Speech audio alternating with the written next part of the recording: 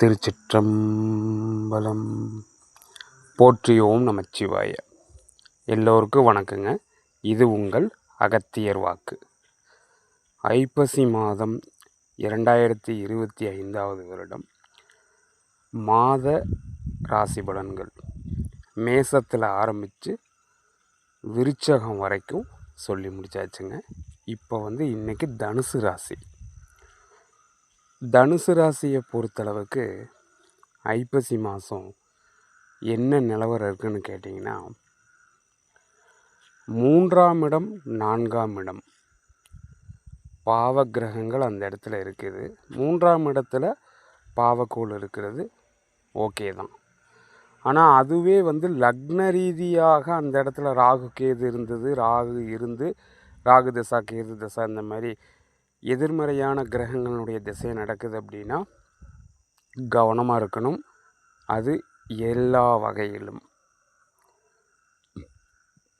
4ஆம் இடத்துல சுகஸ்தானத்தில் பார்த்துட்டிங்கன்னா தனுசு ராசிக்கு 2, 3 கூடையவன் 4ஆம் இடத்துல போயிருக்கிறார்.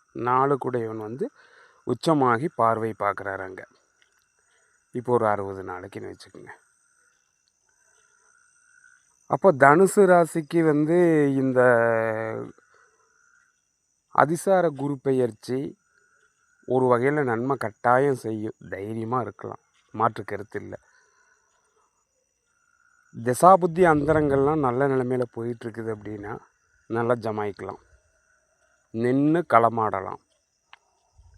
அதுவே திசாபுத்தி அந்தரங்கள் சரியில்லை, கோச்சாரமும் சரியில்லாத நிலையில் இருக்குது, ஜாதகம் பலமிழந்து திசை புத்திகள்லாம் போயிட்டுருக்குது அப்படின்னா கட்டாயம் கவனம் தேவை.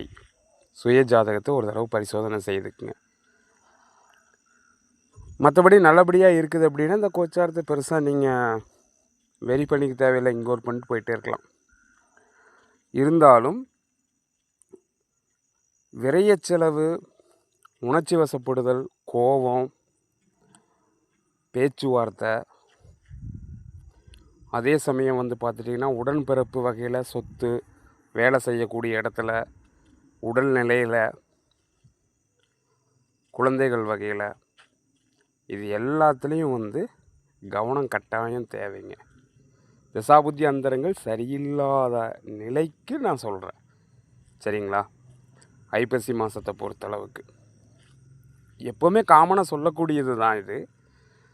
மற்றவங்க மாதிரி ஆஹா ஓஹோ அப்படி இருக்கும் இப்படி இருக்கும் அப்படின்னால அள்ளி விட்டுட்டு போனோம்னா அது சரியாக வராதுங்க.